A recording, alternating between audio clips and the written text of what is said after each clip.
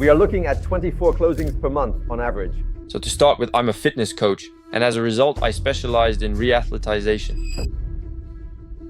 I hurt myself a lot doing CrossFit. That's when I started getting interested in re-athletization. No one could really figure out what was wrong with me, not even the clinics, etc. It wasn't working very well. So I trained myself on these topics. I tried it on myself and it worked. I started doing it with clients in person and it worked too. And that's when I thought, well, there's something to be done here.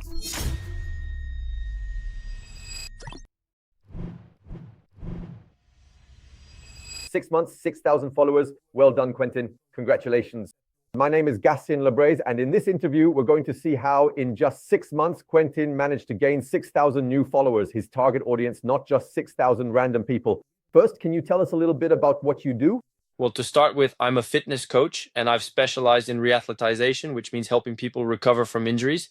So I work with all athletes who are in pain somewhere and can't get back to their sport, or every time they train, they feel pain somewhere. So I assess their situation and then create programs tailored to their condition, which allow them to return to their sport without pain. It's as simple as that. Okay, so if someone is watching this video, I'll put the link with all of Quentin's contact details so you can book a coaching session with him.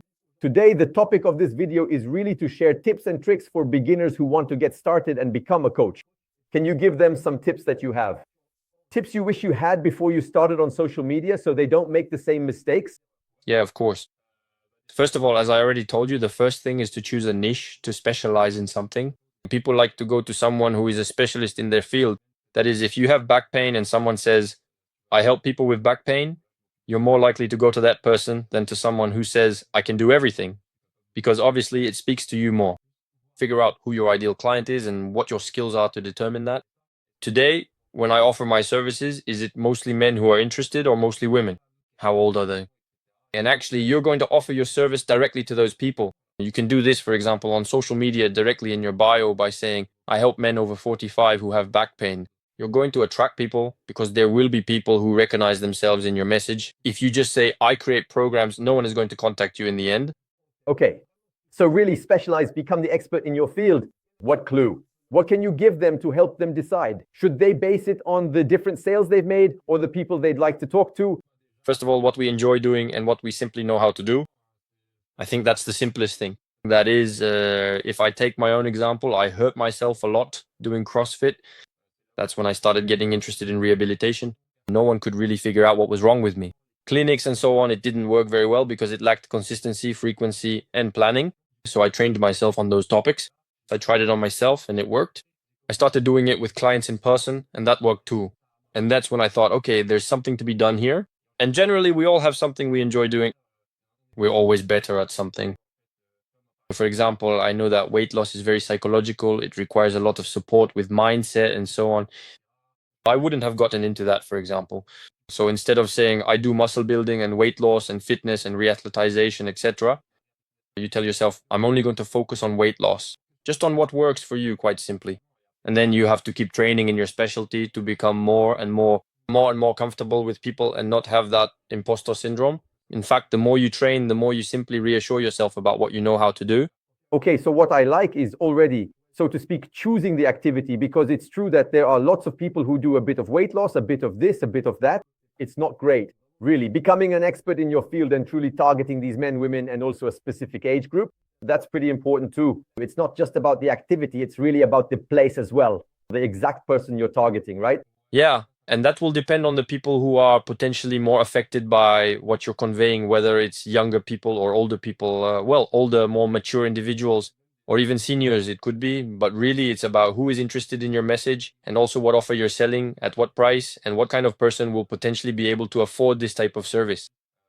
If you create programs, for example, I don't know, you sell programs, all inclusive for boxers, for example, it's a program that's not very expensive. Then maybe it will appeal more to young people, young men in general, and even a student. If you sell your program for 50 euros, they'll be able to afford it. Personally, I typically sell highly personalized subscriptions with an assessment, regular follow-ups, etc. It's a service that's much more expensive.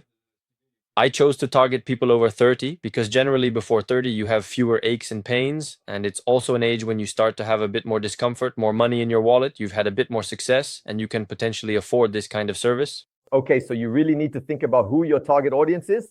Do they have the means to buy your services and products or not? Exactly. And that doesn't mean you have to sell at a high price and only target people over 40. But if you want to sell something expensive, it can be interesting to say you're targeting users over a certain age because they're the ones who will ultimately be able to pay for your services. Very well. So your first tip is to really focus on who you want to talk to. Do you think that today, in terms of targeting, for example, if I'm starting a business, what are your tips for saying, okay, I'm starting out? You mentioned money, which is already interesting. And what about between men and women? For example, if I'm starting a business in weight loss, men or women, how can you help someone who's just starting out choose the gender of the person they want to work with?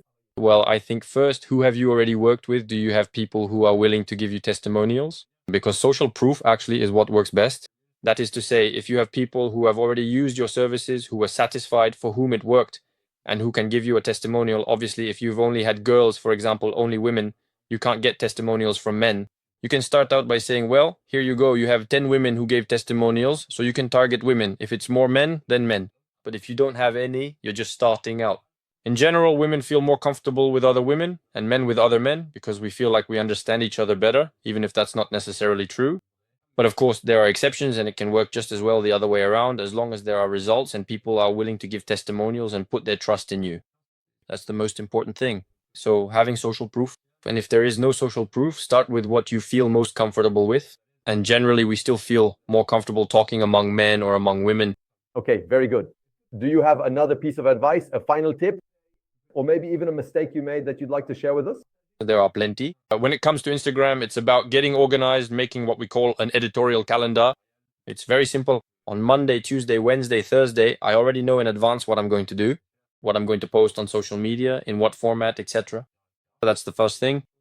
If you don't get organized, you'll quickly tend to miss days or have days where things are rushed, done at the last minute, and so on.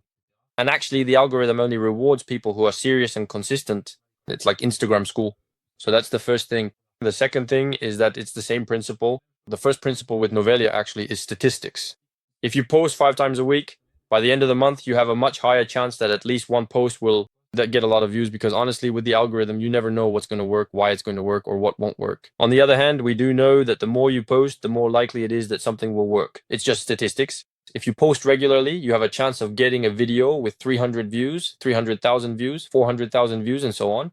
Whereas if you only post one video a week, obviously you have fewer chances. And on top of that, you're less visible. So people get less attached to you. People see your face less often and so on. They don't remember you and they won't necessarily come to you if they need someone. You should know that a single post, sometimes it can get you 2,000 followers.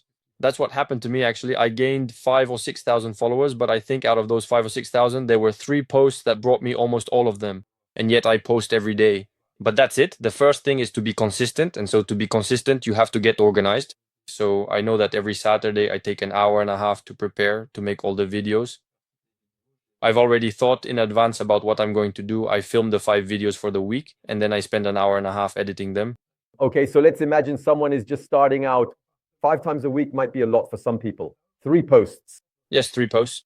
Tell us a bit about the themes for 3 posts per week that they should do so that people watching this video can really say, okay, with these 3 posts a week, I can manage to keep up. There are plenty of possible strategies. There are several types of posts, but let's say there are posts that are aimed at acquisition, meaning getting views, etc. So here it's more about things that could be something funny, something that speaks to everyone, very simple tips, a bit general that can appeal to the widest audience, let's say, which will potentially get views and therefore bring traffic to your page. There are posts that are more focused on conversion, things that are a bit more specific to your niche, where you know it might get fewer views. But on the other hand, since it's specific, the people who interact with that post are very likely to be interested in your services. And when you reach out to them or they contact you themselves, they'll be more qualified than those who just liked a meme, something funny, etc. Those people may have just liked the content without actually being interested in your niche. What I recommend for beginners is to keep it as simple as possible. Avoid 3-minute videos, complex editing, and so on. For example, I started out by doing just 1 exercise per video. I immediately tell you the benefit of the exercise. It's always the same thing.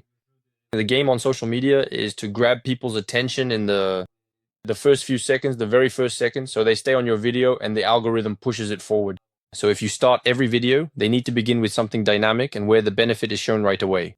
If your video starts with, "Hi, my name is," that's it, it's over, you've lost the viewer. You need to be moving right away, doing something, showing something, and within 3 seconds, the viewer should immediately think, oh yeah, if I do this, I'll get this, this, this, and this. That's the first thing. Don't waste time. Avoid. Always do something dynamic, really. And then little by little, the more you do, the more people watch you, and the more you can allow yourself to add your own touch, to really be yourself, to talk for 3 minutes and so on. Because by then you already have people who will watch. But at the beginning, that's the mistake I made when I started. I was doing a lot of explanations about physical preparation and so on. I was making podcasts and stuff. They're great, really. They're truly a goldmine of information, but nobody was watching because I didn't have any visibility.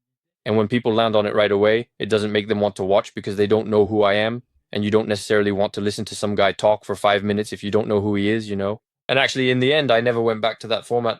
I keep going with my very short formats and it works really well. Personally, I think the best thing to do is to make something simple and useful. Really, for people, it's always the same thing. Ask yourself, will the person watching this want to save it? Will they want to share it with their friends? Is it a tip that will be useful to them in their life, no matter the niche? Thank you for your insights. If you want to watch the video where Quentin shares how he does 24 closings per month, it will be linked next to this video. Just click on it. If you're supportive and want even more tips, check out this video for those 24 closings. You mentioned one fairly general post to really reach a bit more people this time, and a second post that's really targeted to address your prospect's pain point. We said 3 posts, so we're missing one. Yes, the third post could be a lot of things. Personally, I know that in general, free content works well, either something specific to your niche or a call to action. Something like, hey, you have pain here, I'll send you a gift, I'll send you this, I'll send you that. As long as there's value and it's direct value, it's going to work. That's all there is to it. And not just because it's regular. Some posts just won't work, that's obvious. One of the things I did that made it work was analyzing why it works and why it doesn't. And as soon as you notice something is working, you shouldn't hesitate to repeat it over and over. For example, in the first post I made that worked was basically, don't do this exercise unless you want to, dawa, with a bit of suspense. Then I listed all the benefits of the exercise. After that, I did dozens, even 15 or 20 more posts with other exercises, and each time it worked well because of the suspense and all that. But after a while, it stopped working, people got used to it. So I found other formats, and as long as something works, you have to use it. Exactly. When the wheel turns, you have to keep changing and adapting. That's exactly it. Quentin, thank you. Thank you so much for these tips. If you watch this video, share it. If you have friends who are fitness coaches, who are looking for more results, who want to grow their business, share this video with them so they can also learn from Quentin. Quentin, I wish you all the success. I hope you go from not just 24, but 34 closings per month, and that your followers skyrocket. And I'll see you very soon for a new interview.